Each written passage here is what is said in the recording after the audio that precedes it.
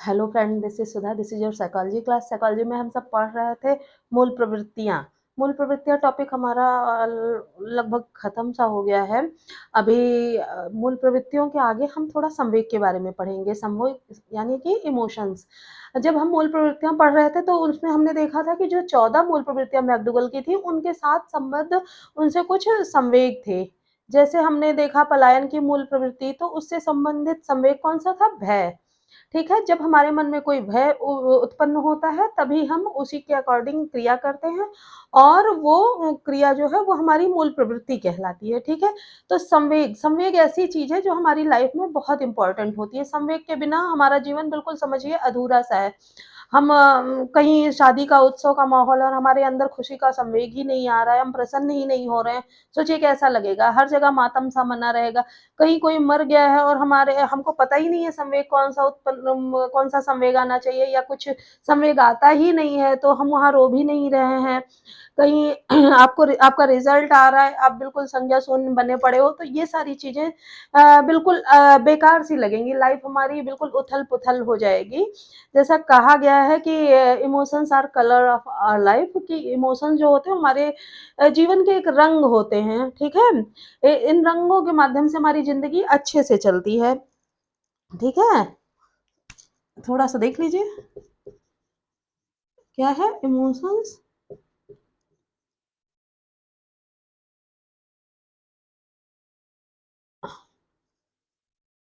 Colours of life. किसने कहा था? रैथस ने। ठीक है? तो इनका कहना था ये हमारे कहना क्या था, ये तो सत्य ही है कि हमारे जीवन के रंग होते हैं।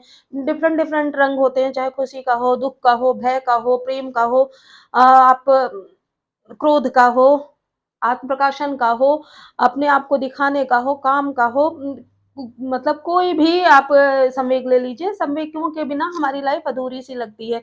पता चले हम कहीं जा रहे हैं, हमारे अंदर कोई संवेग ही नहीं, हम सीधे-साधे अपने एक ऐसी मुद्रा में जा रहे हैं, कुछ पता नहीं चल रहा है, कौन खुशी है, कौन दुखी है, कब किसके फेस का एक्सप्रेशन कैसा है, वो कैसा काम कर रहा है, कोई चीज़ हमको पता ही नहीं लगेगी, ठीक है? तो इसलिए ये कहा जाता है कि इमोशंस हमारे जीवन के रंग होते हैं, ठीक है? इमोशंस के बिना हमारी लाइफ़ अधूरी-सी होती है, हमारी नहीं किसी की भी लाइफ़ इमोशंस के बिना अधूरी होती है, यानी संवेग जो होते हैं, वो वाक़ई हमारे जीवन के रंग होते हैं, ठीक है? संवेग यानी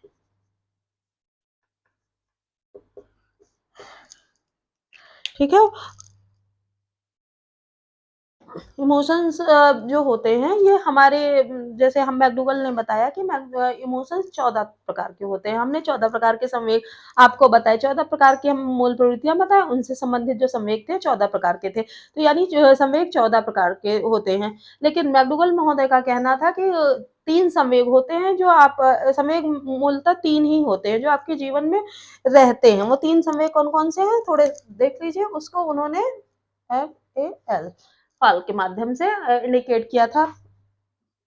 फॉल मतलब fair, A for anger, L for love, कि ये 3 जो इमोशंस होते हैं, ये हर व्यक्ति की लाइफ में जन्म से उपस्थित रहते हैं। जबकि हमने जो मैक्डोगल के 14 संवेग पढ़े थे, वो 14 संवेग भी ऐसा नहीं है, वो हमारी लाइफ में रहते ही सबसे उच्च वर्गीकरण वही माना गया था। पर वॉटसन महोदय का कहना था, किसका? वॉटसन। ये कई बार एग्ज़ाम में पूछ लिया जाता है एफएल से रिलेटेड, ये किसने कहा था? तो वाटसन महोदय ने कहा था, ठीक है? कि ये 3 संवेग होते हैं जो हर व्यक्ति में जन्म लेते ही उपस्थित हो जाते हैं, ठीक है? तो और ये जो इमोशंस होते हैं ये सबको पता है कि हमारी लाइफ में बहुत ज़्यादा इफ़ेक्ट डालते हैं। ज़्यादा इम्पैक्ट डालने का मतलब है कि जो हमारी लर्निंग में भी ये इमोशंस इफ़ेक्ट डालते हैं, ठीक है? हमारे मोटिवेशन में किसी चीज़ की प्रेरणा लेनी है, मोटिवेशन में ये हमारे इफ़ेक्ट डालते हैं। ये हमारे कह लीजिए हमारा जो कॉग्निशन होता है,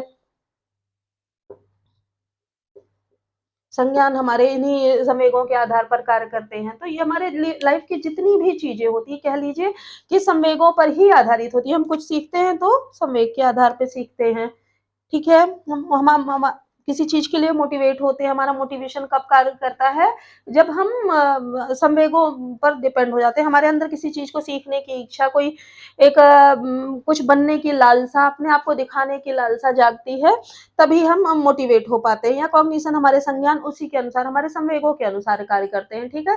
तो इस तरह से हम देखते हैं कि ये संवेग जो होते हैं हर तरह से हमारी लाइफ में इफेक्ट डालते हैं, ठीक है। इसके अलावा कुछ एक मतलब संप्रत्यय आया था सामवेगिक बुद्धि,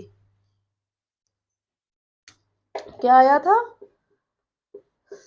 सामवेगिक बुद्धि, ये भी कई बार क्वेश्चन पूछ लिया जाता है, सॉरी। सामवेगिक बुद्धि क्या है, सामवेगिक मतलब संवेगों से उत्पन्न जो हमारा इंटेलिजेंस होता है वही सामवेगिक बुद्धि होती है। इसका प्रयोग सर्वप्रथम किसने किया था, इसका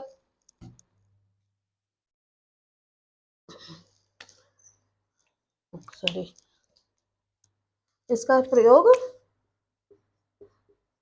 साल्वे जॉन मेयर ने किया था। कब किया था, 1990 में किया था इसका सबसे पहले इस पर प्रयोग, मतलब इस शब्द का प्रयोग सामवेगिक बुद्धि का।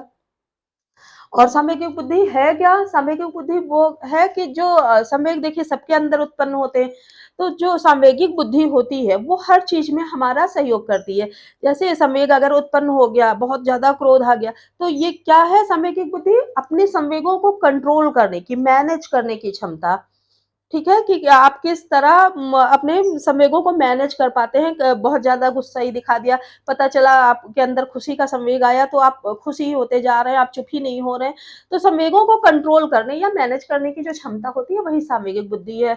जो हमारे अरस्तु महोदय थे, अरिस्टोटल जिनको बोलते हैं हम, तो अरस्तु महोदय का कहना था कि देखिए संवेग सबके अंदर उत्पन्न होते हैं, बहुत सीधी सी डेफिनेशन, कुछ उन्होंने वाक्य कहे थे, पूरा मैं अभी नहीं बता रही हूँ या मुझे याद नहीं आ रहा है। उनका कहना था, कहना क्या था वो थोड़ा-सा जान लीजिए। उनका कहना था कि सब संवेग देखिए सबके अंदर उत्पन्न होते हैं, पर सही समय पर, सही दिशा में, सही तरह से कंट्रोल किया गया संवेग, मतलब किस तरह से आप उसको सही मैनेज करते हैं, वो ज़्यादा महत्वपूर्ण होता है। कब आप सही संवेग आप में उत्पन्न होते हैं, वो महत्वपूर्ण नहीं होता। महत्वपूर्ण वो होता है कि सही समय में, सही दिशा पे में आपका संवेग सही तरह से आपने मैनेज किया या सही तरह से उसका उपयोग किया, वो मायने रखता है, ठीक है, संवेगों की दिशा में। तो उसके उसके लिए क्या कार्य करती है, हमारी सामवेगिक बुद्धि हमारा कार्य करती है कि किस तरह से हम संवेगों को कंट्रोल करें, ठीक है, कैसे हमारा संवेग मैनेज हो, ठीक है। इन सब चीज़ों में हमारी संवेगिक बुद्धि कार्य करती है। हाँ, ये क्वेश्चन आ सकता है, सामवेगिक बुद्धि का प्रयोग सर्वप्रथम किसने किया था? साल्वे जॉन मेयर, पीटर करके शायद आज आगे कुछ नाम है, पीटर साल्वे जॉन मेयर, 1990 में सामवेगिक बुद्धि शब्द का प्रयोग किया था। थोड़ा-सा हम देख लेते हैं संवेगों के अर्थ के बारे में अब। ये तो हो गई ऊपर की बातें कि कुछ संवेग को हम कैसे अपनी लाइफ में, हमारी लाइफ में कैसे ये कार्य करते हैं, कैसे हम इनको उतारते हैं अपनी लाइफ में, ठीक है। संवेग, संवेग मूलतः किससे बना हुआ है, लैटिन भाषा के संवेग को हम इंग्लिश में इमोशंस बोलते हैं। इमोशन किससे बने हैं, लैटिन भाषा के एमोवेयर से बना है, जिसका अर्थ होता है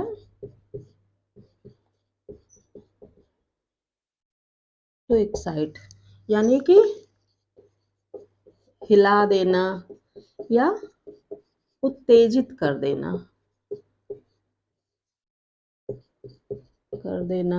या उथल-पुथल सा कर देना,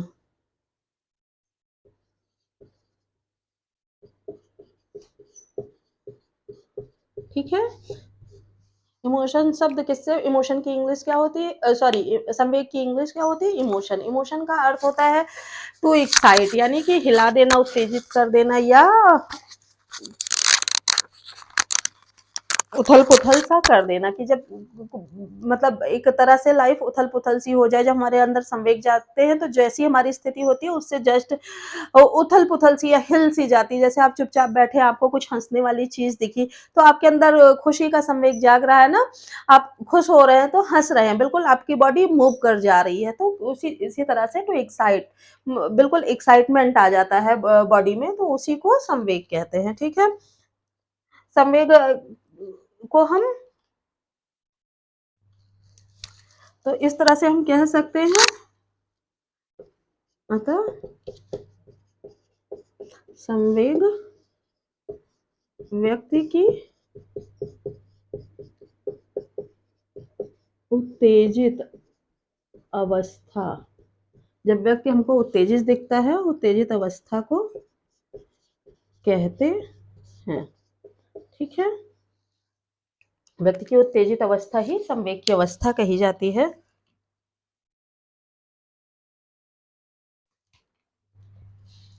इसको हम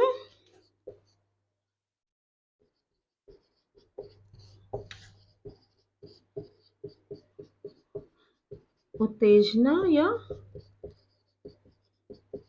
भावों के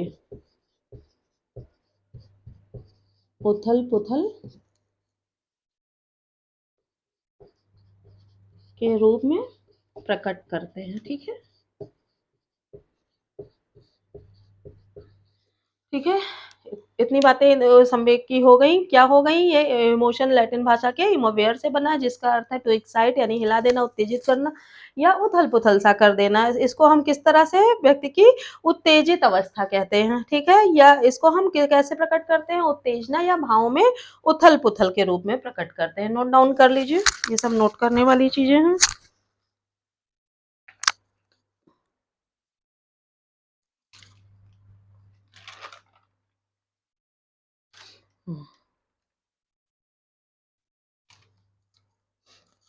इसके अलावा रब करती जा रही हूँ, नोट ज़रूर बनाते जाइए, नहीं स्क्रीनशॉट लेते जाइए। और संवेग की अवस्था में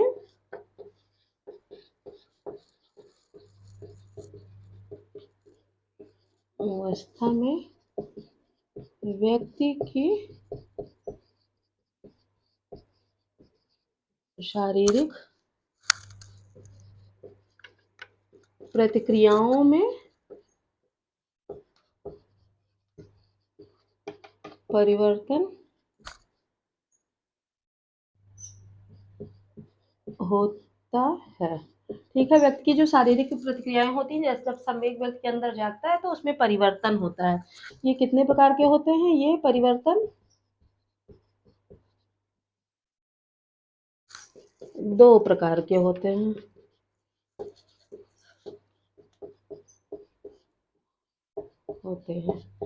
ठीक है? पहला क्या है? आंतरिक परिवर्तन।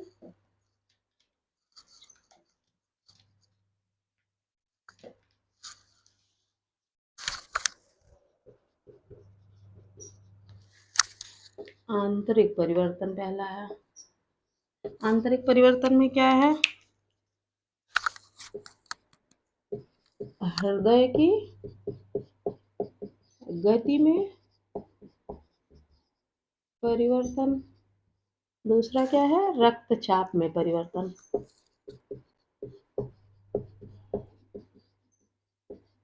ठीक है? ये 2 तरह के आंतरिक परिवर्तन होते हैं जब व्यक्ति के अंदर संवेग जागता है। अब दूसरा देख लीजिए बाह्य परिवर्तन।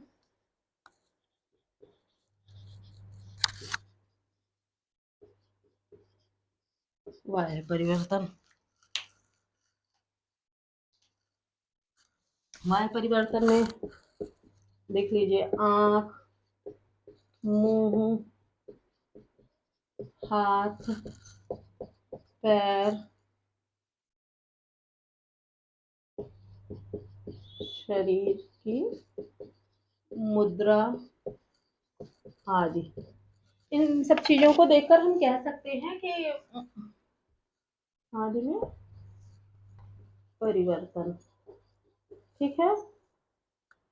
इन सब जैसे व्यक्ति की आँख देखकर, मुँह देखकर, हाथ-पैर देखकर हम ये कह सकते हैं कि व्यक्ति के अंदर संवेग हैं, ठीक है? जैसे गुस्से में भाव में सिकुड़ जाना, आँखें चढ़ जाना, आँखें सिकोड़ के बात करना या हँसने प्रसन्नता की मुद्रा में हँस देना, मुँह को फैला के हँस देना, होंठ या दाँत दिख जाना, तो इस सब तरह के या हाथ-पैर में ताली बजा के हँसना या मुट्ठी भींच लेना, तो ये सब तरह के डिफरेंट-डिफरेंट जो परिवर्तन होते हैं, ये व्यक्ति को देख के ही हम समझ जाते हैं कि व्यक्ति अब गुस्सा है या खुशी है या बहुत ज़्यादा उल्लास को प्रकट कर रहा है, ये इस तरह के परिवर्तन हम देख सकते हैं, ठीक है? तो समय की अवस्था में 2 तरह के शारीरिक परिवर्तन होते हैं, आंतरिक और बाह्य।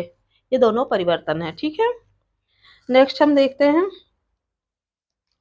किसी भी संवेग में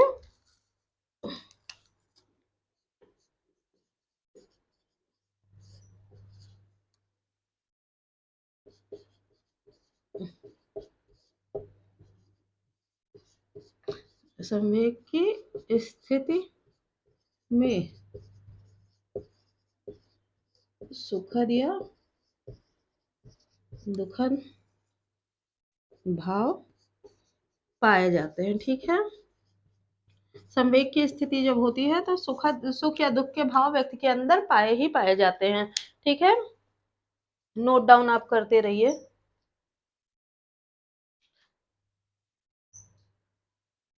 जैसे सुखद और दुखद के कैसे हो गया, जैसे भय है तो वो दुख का भाव उसके अंदर आ जाएगा कि उसको लगेगा कि वो दुख है, कुछ उसको मिल रहा है, खुशी का भाव आ जाएगा, कोई उसके परिचय का आ रहा है, खुशी का भाव आ रहा है, कोई उसको जिसको नहीं चाहता घर पे आ गया तो दुख का भाव आ रहा है। तो इस तरह से हम देखते हैं कि संवेग की स्थिति में सुख या दुख के भाव पाए ही पाए जाते हैं। कुछ उसके मन का हो रहा है तो सुख के भाव, मन का नहीं हो रहा है तो दुख के भाव व्यक्ति के अंदर ये पाए ही पाए जाते हैं।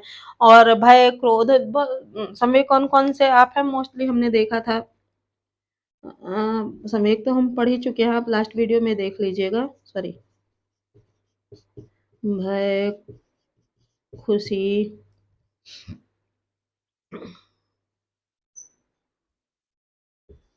दुःख, अ, क्रोध,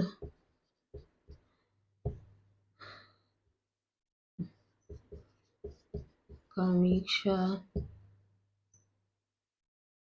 या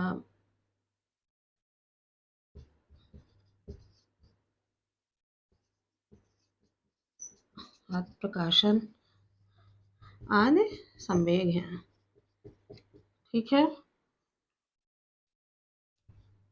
प्रेम, बहुत सारे मतलब 14 संवेग हैं हमारे, बहुत सारे ऐसे संवेग हैं जो हमारी डेली लाइफ में आते ही आते रहते हैं।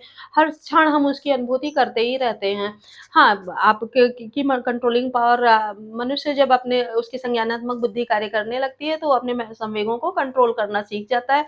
कैसे उसको कंट्रोल करना है, कब इसको उजागर करना है, कब दबा लेना है अपने संवेगों को, ये सारी चीज़ें व्यक्ति के सामवेगिक बुद्धि पर, व्यक्ति के आईक्यू पे डिपेंड होती हैं। सर डेनियल गोलमैन थे कौन? Sorry, Daniel Goleman. इसी के आधार पर उन्होंने कहा था क्या कि ये आईक्यू से आईक्यू से ज़्यादा महत्वपूर्ण होते हैं, ठीक है?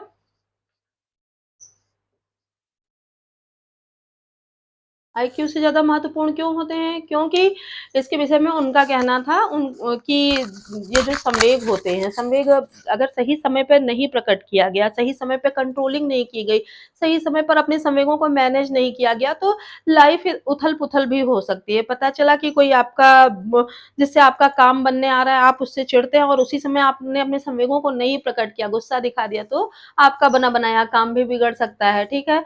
कभी आप बहुत गुस्से में बहुत आप के पा ऊपर दुःख आया है और आपको एग्ज़ाम देना है, आप अपने दुःख को ही प्रकट करते जा रहे हैं, एग्ज़ाम नहीं देने जा रहे हैं। लाइफ़ का माइलस्टोन एग्ज़ाम है और आपका एग्ज़ाम छूट जाता है, आप अपने एग्ज़ाम को नहीं मैनेज कर पाते, आप रोते ही रह जाते हैं। बहुत लोगों के साथ ऐसा होता है, तो क्या उनकी लाइफ़ उतनी पीछे चली जाती है। तो यहाँ ये मायने नहीं रखता कि आपकी आईक्यू कितनी तेज़ है, बहुत ज़्यादा आईक्यू होगी लेकिन अभी आप अपने संवेग पे कंट्रोल नहीं कर पा रहे हैं, तो आपका क्या है पूरी लाइफ़ बैक में जाती चली जाएगी, ठीक है? इसलिए संवेगों को मैनेज करना, कंट्रोल करना बहुत ज़रूरी है और इसी तरह हम मान सकते हैं या कह सकते हैं कि संवेग जो होते हैं वो आईक्यू से ज़्यादा महत्वपूर्ण होते हैं, यानी सामवेगिक बुद्धि का होना आप में बहुत आवश्यक है, ठीक है? इसको नोट डाउन करिए, आगे की चीज़ें आपको बताती हूँ।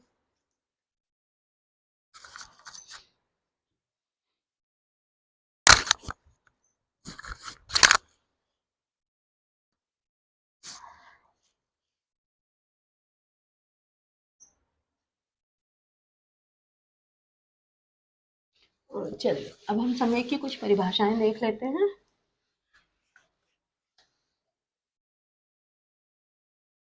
पहला हम देखते हैं संवेग की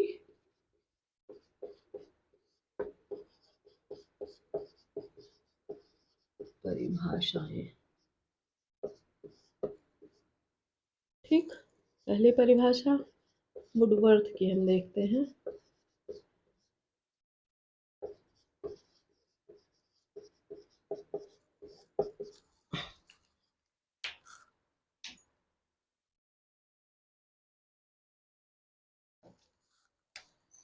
इनका कहना था संवेग प्राणी की उत्तेजित अवस्था है या या प्राणी की गतिमय या हलचलपूर्ण अवस्था है, ठीक है? ये वुडवर्थ महोदय का कहना था। क्या कहते थे कि ये प्राणी की उत्तेजित अवस्था है या गतिमय या हलचलपूर्ण, कुछ भी आप कह सकते हैं, प्राणी की ऐसी अवस्था है।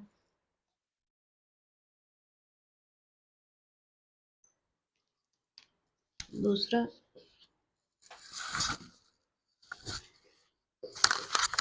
वैलेंटाइन वैलेंटाइन महोदय का क्या कहना था?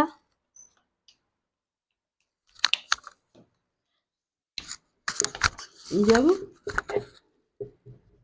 भावात्मक दशा तीव्रता में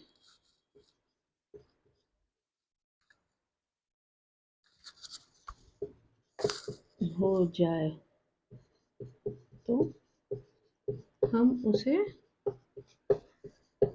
संवेग कहते हैं, ठीक है? जब कोई मन में भाव आते हैं और वो तीव्र हो जाए, जैसे मन में कौन-सा भाव आया? दुःख का भाव आया और व्यक्ति रोने लग गया, तो उस समय हम क्या कहते हैं? व्यक्ति में संवेग आ गया, ठीक है?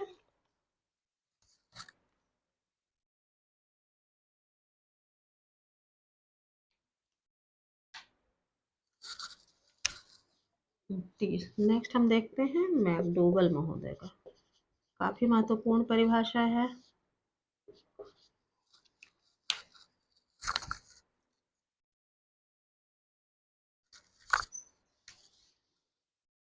यह मूल प्रवृत्तियों का केंद्रीय अपरिवर्तनशील व गतिमान पहलू है, ठीक है? उन्होंने संवेगों को क्या कहा? संवेग, यहाँ संवेग लिख देती हूँ। संवेग क्या होते हैं मैकडोगल महोदय के अनुसार? यह मूल प्रवृत्तियों का केंद्रीय अपरिवर्तनशील व गतिमान पहलू होता है, ठीक है? नेक्स्ट परिभाषा हम देखते हैं रॉस महोदय के अनुसार।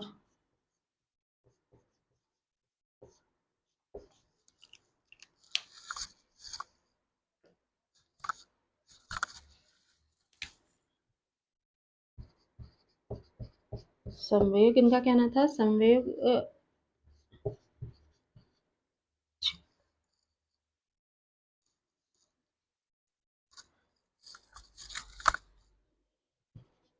चेतना का वह पहलू है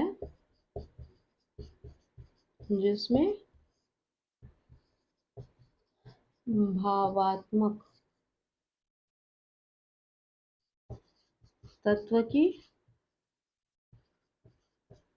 प्रधानता होती है। ठीक है, ये किसका कहना था? रॉस महोदय का कहना था कि वह चेतना का वह पहलू होता है जिसमें भावात्मक तत्व की प्रधानता होती है।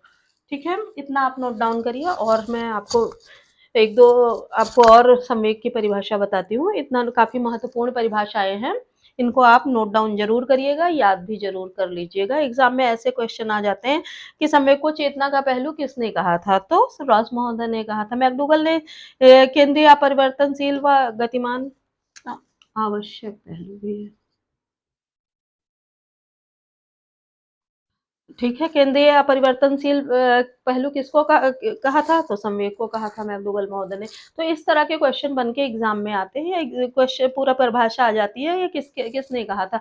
तो कई बार एक तरह की परिभाषाएं होती हैं तो हम नाम भूल जाते हैं और हमारे क्वेश्चन वहीं गलत हो जाते हैं। तो इसलिए नोट डाउन जरूर करिए और किसने संवेग के विषय में क्या कहा था वो भी नोट डाउन याद रखिए।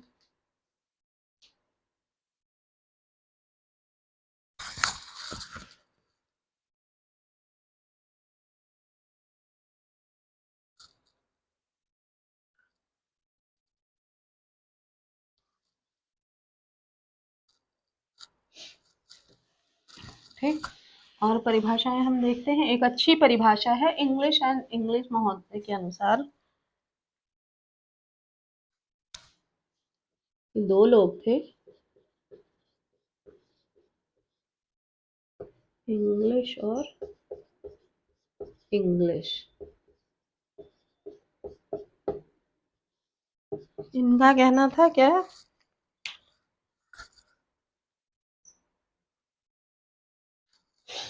इनका कहना था संवेग एक जटिल भाव की अवस्था है जिसमें कुछ शारीरिक तथा ग्रंथीय क्रियाएं होती हैं। ठीक है, इनका मानना था, इंग्लिश एंड इंग्लिश महोदय का मानना था, ये जटिल भाव की अवस्था होती है जिसमें कुछ शारीरिक क्रियाएं होती हैं और कुछ ग्रंथीय क्रियाएं होती हैं। ग्रंथीय इन द सेंस हमारे हार्मोन्स में कुछ चेंजेस आते हैं। जब हमारे अंदर कोई संवेग जागता है तो इनका कहना था हमारे हार्मोन्स में कुछ चेंजेस आते हैं, कुछ ग्रंथीय क्रियाएं होती हैं, तब हम दुख सुख आश्चर्य क्रोध ये सारे भाव प्रकट कर पाते हैं। ठीक है, नेक्स्ट परिभाषा हम देखते हैं गेल्डार्ड महोदय की।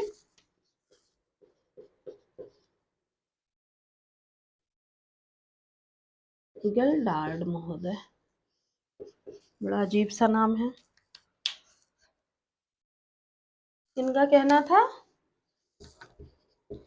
संवेग क्रियाओं का उत्तेजक है।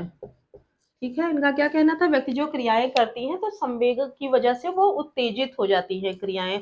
संवेग ही ऐसा तत्व होता है जो उनकी व्यक्ति की क्रियाओं को उत्तेजित करता है। ठीक है,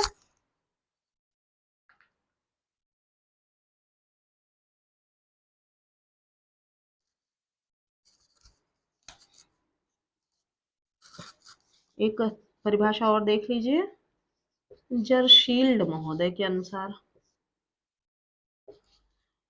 ठीक है,